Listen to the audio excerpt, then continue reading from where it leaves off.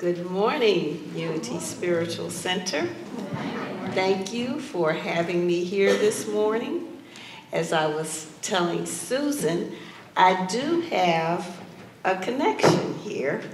I lived in Olmsted Township for a brief period, about 3 years, and I came to yoga class here. So it was one of my first exposures to Unity. And that led to me meeting the person who was to be my yoga teacher on and off for the next 35, almost 40 years. So I do have a connection here. I did hear Reverend Wallet a couple of times. He used to do a midnight service on New Year's Eve. And he would have you to write out your intentions for the following year. And then they would mail them to you 6 months later. And then they started doing the 7 o'clock in the morning peace prayer. So that's stopped at that point. But I used to enjoy that service very much. So it's great to be here in this role. I feel very honored to be in the place where Reverend Wallet used to express. And again, thank you for having me. The title of my lesson today is Loose Him and Let Him Go. And I'm going to start out with a story, not a joke as one of our TV ministers does, but I'm going to start with a story. And it's called The Butterfly's Wing. And it's about a master who sent his student into the woods to watch a butterfly emerge from its cocoon.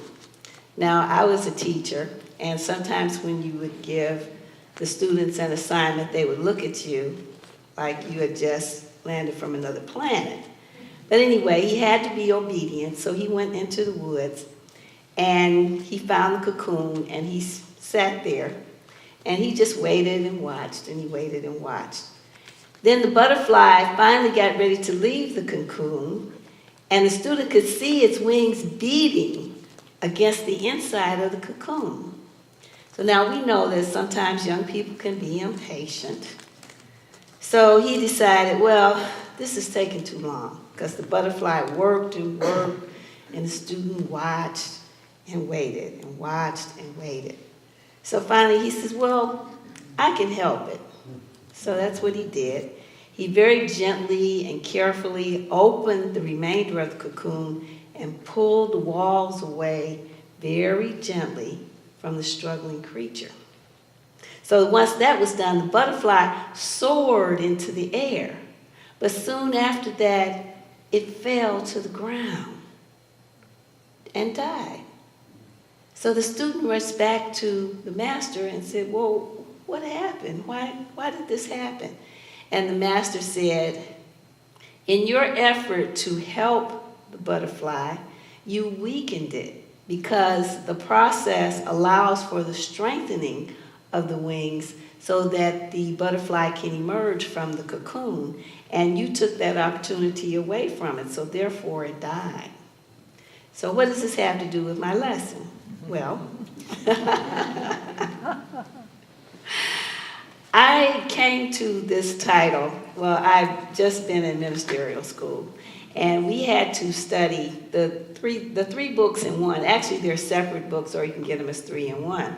The Lessons in Truth, How I Use Truth, and God of Present Help. So I had just been studying this, and I have a friend who has adult children. My son is 23, and I think her girls are in their 20s. And so we were talking one day, and I said, well, I spent a lot of time in prayer this morning about my son. And she said, well, you know, I'm having some challenges with my girls.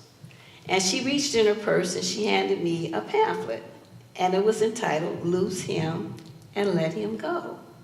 And it's from chapter 4 in Emily Cady's How I Use Truth. So that was the first instance. She gives me this pamphlet.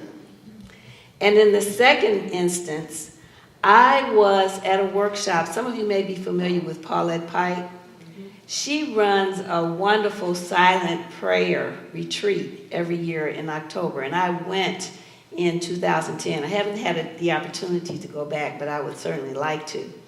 But she's been in this area twice, and I went both times. And the second time she came, she does her, because she says, I don't have an outline because Spirit dictates what I do. So she did her workshop, and then she invited everybody to come up, and you could share individual prayer requests with her. Well, this day, I don't know if it was the stars or whatever, but everybody had questions or concerns about their children. And I was no different. I had the same concern. And so in her time of prayer, she says, just remember, Emily Cady, loose him and let him go. And she has that beautiful accent. And she says, you must loose him and let him go. So, Then one Sunday, on the rare Sunday that I didn't go to church, I watched Oprah Winfrey's Super Soul Sunday. And Maya Angelou was on there, Dr. Maya Angelou. And she talked about how her life had been impacted by the writings of Emily Cady, particularly Lessons in Truth. So it's the same author, same person, and I keep getting this message. And we know that in Unity, if you keep getting a message, you need to do something with it. So I said, well, there's a message in it for me, and I know that there's a message in it for me. There's a message in it for others. And it just so happened, too, that I had to write a sermon, because they make us write sermons in ministerial school. So I wrote it on this, and this was one of my, according to my teacher, one of my better ones. So I wanted to share that with you. This is an old school unity message. Sometimes we get away from the old teachings. I love the old teachings. I love Emily Cady. I love Catherine Ponder. When I first got into Unity, I couldn't get enough Catherine Ponder. I couldn't get enough of the Fillmores. So I really love them. So this is an old school Unity message. The popular singer Gladys Knight has a song called Old School. She says, I'm doing it old school, but I'm giving a new flavor to it. So that's my purpose here today. So now when we begin to study truth principles, we become very, very excited. And we want people to know, hey, I found something. So come with me to church. Come hear this talk. Read this book until it gets to the point where you see someone coming and they turn and walk the other way. And I have to admit, I was like that. I was obnoxious because I was so excited. Because when I found Unity, I was at a point in my life that I was down, somewhat down. And as I mentioned, I had lived in Olmsted Township, and that was because I was married to a gentleman who lived there. And it just didn't work for either one of us. So I found this at that time, and I had been studying yoga and metaphysics, and there are lots of similarities. So when I moved back across the river to the east side, I found the Unity Church there, and that was in 1980, and I've been studying Unity principles ever since. And because they do have this power to change your life. Now, Emily Cady says we must not proselytize, which means that we don't try to force people into doing this. Well, I have to admit I was proselytizing because I just thought it was just so wonderful. And then you get the hint after a while, well, people are not talking to me about this, so maybe you should keep it to yourself. So I went underground for a while, but then I eventually came out.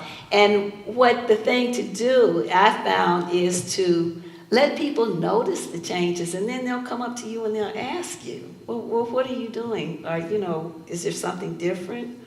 What's happening with you? So she says we must avoid this urge to proselytize. That's because the same God that is in us, and we know in Unity that God is within. He's not the old man in the sky with the long beard and an accounting book, a ledger, keeping note of what we're doing. We know that God is within. And she says, well, the same God that is in you, the same God that is in me, is in the other person. And you must not try to force people. And that was a lesson that I had to learn. So that same light that is in me is also in my brother. And God works in me to will and to work his good pleasure. But we forget that. He's doing that. And this is basically unity principles number 1 and 2. God is absolute good, everywhere present. And we have that spark of divinity within us. So when we try to mold another's path, then what we are doing is we are not honoring that spark of divinity that lives within them. Now, I'm talking about this in regards to children, but it's not all about children. This isn't anything where we may have a strong link, because I can lose you and let you go, but the closer that person becomes to me, that strong link, the harder it is. And as my grandmother used to say, you carry them under your heart until they're born, and then after that, they are in your heart, and they're in your heart forever. So I'm getting this message that I need to loose and let go. And I'm saying, but that's my child. And the answer is, so what? That's your child. Yes, it's my child. Didn't Khalil Gibran say our children are not our children? And we should have a process of letting them go from the time that they are born. It's a gradual letting go to the point where they are independent and can function on their own. So what we do with our children is we mold them.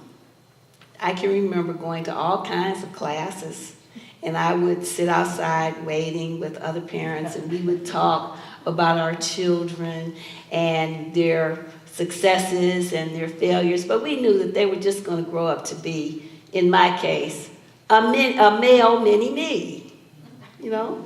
So you have the schools picked out, you have the college picked out, you have the person that they're going to marry, or at least a vague idea, and you even know where your bedroom is going to be in their house when you're going to visit. So how about that? So in my case, it didn't work out that way. My son is still finding himself, as they say. He is not. And then people tell me that, well, he's only 23 years old. And then but yeah, look at so-and-so's child over here who's already has a master's degree, you know. And we tried the college thing, and he didn't like that. And when he told me that he did not want to go to college, you would think that I had just been jailed or something, because I was just that upset. So I wanted a male mini-me, and I wasn't going to get a male mini-me, and I wasn't going to make him in my image. He's made in God's image, not my image, and we have to remember that. So in this process of taking them to classes and going to T-ball, now with T-ball, when it was his team's turn to go in the field, the ball would be coming at my son, and he would be looking at everything but the ball. You know, the ball. He'd be looking at everything but the ball. So that was not something that was to his liking. Each person has an inherent right to freedom of choice and a right to live his life in his own way. So what if we see with limited perception? I think I may have gotten ahead of myself here. Excuse me.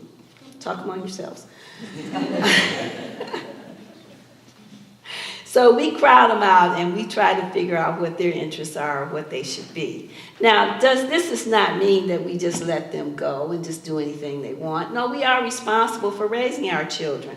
Proverbs 22:6 says, train children in the way they should go, and when old they will not stray. But that does not count when it comes to their individual aspirations or what it is they want to do. And yes, we are responsible for them to a certain point, but as their own soul growth, we have to let them go the way that they want to go and not the way that we want to go. In We Wisdom, Myrtle Fillmore used to publish a magazine called We Wisdom. And if you go to the village, they stopped publishing We Wisdom in the early 60s. But if you go to Unity Village, you can go in the library and you can read copies of We Wisdom. Well, in the first issue, she said, to be called out is to follow the harmonious law of the soul's unfoldment. Who meddles with the rosebud? Think about a rosebud, how delicate it is. What fingers are deft enough to pry open that marvel folded beauty? We are wise enough to leave it alone, to follow the glad law of its unfolding. So in other words, we don't go in and pull the cocoon away from the butterfly because ultimately we are hurting it. And we do the same thing with our children when we try to mold them in some image other than the image of God. So now she was talking about children, but we can generalize this to basically anyone because we may have people in our lives that we want to do certain things. I can remember when I did marry again, I used to get upset with my husband, my current husband, because he didn't want to go to church. It's like, well, this is such a big part of my life. Why don't you want to go to church? And so I had to make the decision. This is a person that I love, who is a very kind person, just a wonderful person, and we've been together for almost 25 years. But I used to get so upset because he didn't want to go to church. And he said to me, I was raised Catholic. I had to go to church every day. If you want to share this with me, that's fine. But I do not want to go to church. So I had to decide, well, is this a deal breaker? And I said no, because I've seen gentlemen in church who are not as kind, who are not as nice, who I'm not as compatible with. So I decided that it was not a deal breaker. But I am happy to report that he was with me in Detroit when I became ordained a couple of weeks ago. So he loved me enough to do that. Well, he loves me, and I know that. And he doesn't have to go to church to prove it. Although at first I wanted him to. Okay. Now, this doesn't mean that we don't have concern for others. We do. We have friends, we have family. And the closer they get to you, sometimes the harder it is for us to let them go their own way. Because you want them to be able to make these changes in your life, these wonderful things that are happening with you. You want them to happen to the other person also. But Emily Cady also says that one of the surest signs that a person is no longer in bondage himself is his willingness to give others their freedom, to allow them the privilege of seeking and finding God as they will, not as you would have them.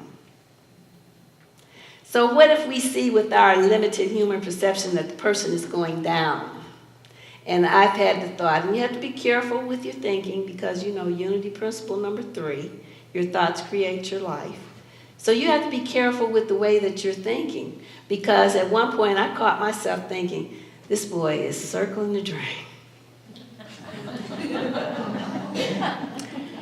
And then I quickly realized, no, he's not.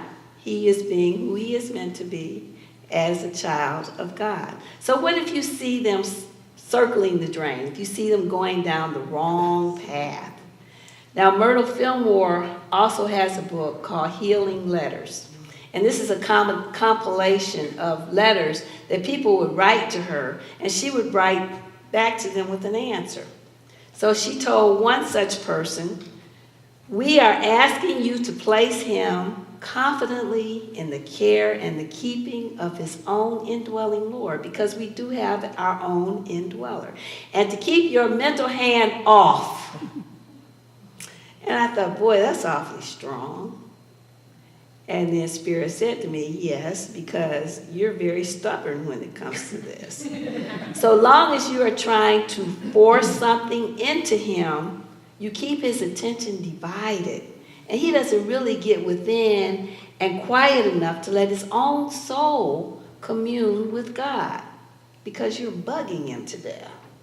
The spiritual light will reveal to him the right relation of things spiritual and things manifest. Then he will see clearly how the right mental attitude and physical poise and health will result in instant and constant progress and prosperity and satisfaction.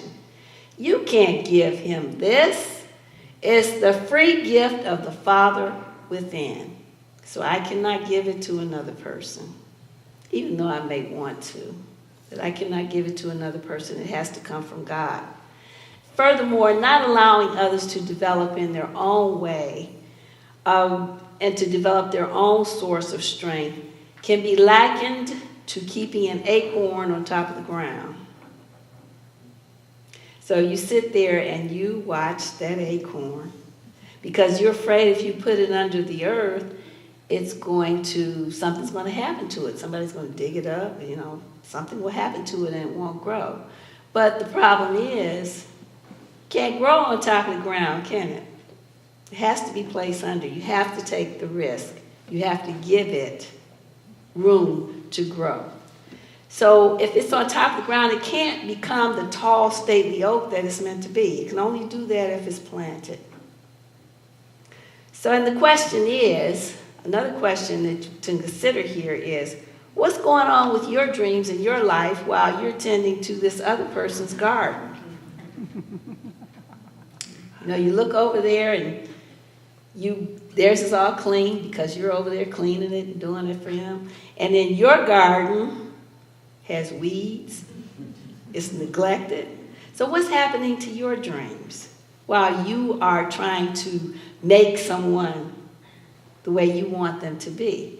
Well, I think it's safe to say that they're suffering too. So what you end up is not just one unhappy person, but two unhappy people who may be at others' throats. So is this the way it's intended?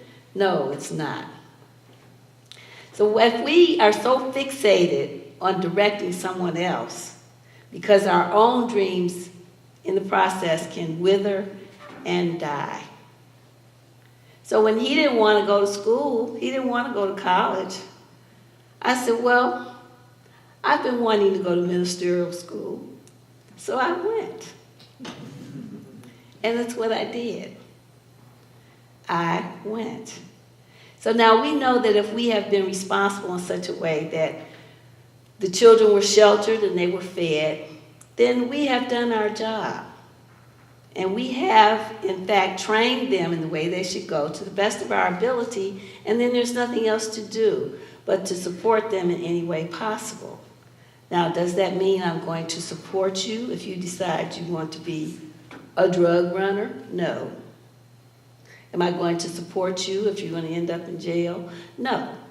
And he knows that, and he's been able to avoid that because I can't support that. You have to be comfortable too. I cannot support that. So Emily Cady says once again that yes, you love this child or this person, but it takes an infinitely greater, more godlike love to stand still and to see your child burn his hand a little. You've seen those pictures where the little baby is touching something that it shouldn't touch? It's easier for you to go and pull that baby's hand away, but does the child learn anything from that? So you stand there and you are, oh, please don't let him do it. But he has to know that it's going to hurt him if he does it. So if we're doing everything for them, if we're that helicopter parent that is hovering over the child, that's a new term that came about, the helicopter parent. And I've heard stories of, actually horror stories of people who haven't been in the field. You would have parents who would call you every day, and the way things are now, you wish some of them would call you every day. But anyway, the child went off to college, and he got a grade and then by the way, too, if they go, they're 18 years old, and you're putting out the money to have them there. But if they don't want you to know anything or to talk to anybody about them or their grades, you can't do it. So my husband said, well, isn't this something? We're putting out all this money, and if he doesn't say that we can talk to somebody about what he's doing or to see his grades, that's, to him, was kind of a little bit upsetting. So we have to have the courage to be still and know. We have to remove all rules and restrictions from them so that the God within them can grow, just as he is growing in us. Because God is still growing in me every day, I hope.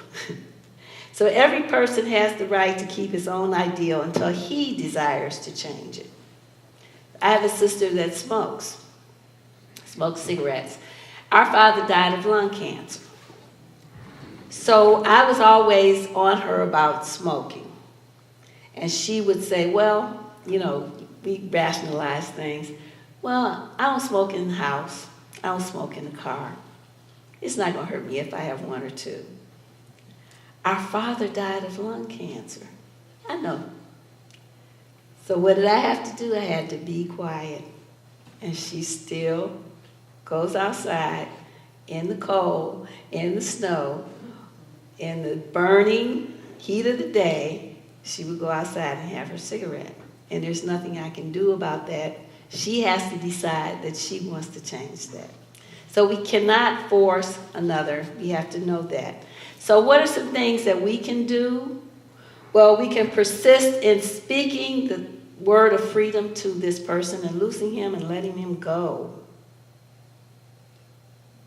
We can persist in doing that. And I would also add, watch your thoughts, because thoughts create. So we have to talk to the person mentally for the purpose of letting him know that he manifests the Holy One just as I do, and that there is nothing else to manifest. And the final step in the process is to make a conscious effort to see only the good in him. And this can be especially difficult if we see that they are deeply in error, as the Fillmores used to say, or as I say, if they're circling the drain, or you think in your perception that they are circling the drain. And also, we can use an old Emily Cady thing of denials and affirmations. So we deny the appearance that the person is circling the drain, and we affirm their divinity, just as we affirm our own divinity. So if we truly want our loved ones, and this takes a lot of faith and patience, we have to work those powers, those 12 powers, and we have to work strength in the form of patience, and we have to work faith. We have to have faith that everything will be okay. And I'm so grateful to people who come up and say to me, and everybody says it to me, he'll be fine. He is fine. He will be fine. He will find his way. And I have a cousin who said that to me the other day, and he says, well, I was 37 before I found my way. And I said, well, I don't think I can wait that long. I'm glad to know that it does happen. So to end, I'm just going to summarize a couple of these points. There are actually 9. We know that the sign of a free soul is one who grants freedom to others. Spiritual freedom is given to us as our spiritual birthright. And we are our brother's keeper when we love thy neighbor as thyself. And what that means is when we recognize and honor their divinity. And we can't do that if we're trying to force them to be me. So each person's own development is a sacred personal experience. So that butterfly coming out of the cocoon, that's a sacred personal experience. And if you go up and you interfere with that, then you have not honored their innate divinity. Harmony in relationships comes from knowing God works through each one of us. No two humans develop in the same way. The I am in each of us is our true nature, the Christ within. And everything comes into a person's life through seed, thoughts, or ideas. That's unity principle number 3. And finally, overcoming obstacles is an individual process. So however long it takes that butterfly to come out of the cocoon, we have to be patient enough and honoring his divinity enough to let the process unfold naturally. And when we do this, we are exercising unity principle number 5. It's not enough to know these principles. We have to work with them and apply them. And that's unity principle number 5. So I hope that you've gotten something out of this, like I did at one point. And thank you again for having me. And God bless you all. Have a wonderful Sunday.